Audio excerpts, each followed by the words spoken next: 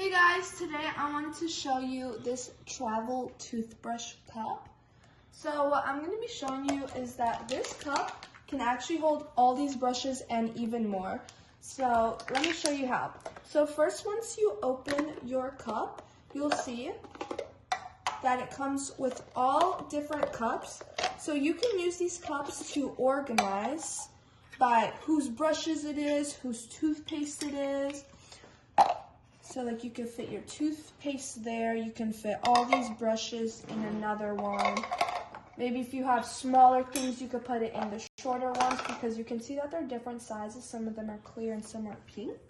And you still have so much space for even more things just from that. So it's super compact and portable, which is great for traveling. It doesn't take up too much space if you're taking a suitcase or a bag.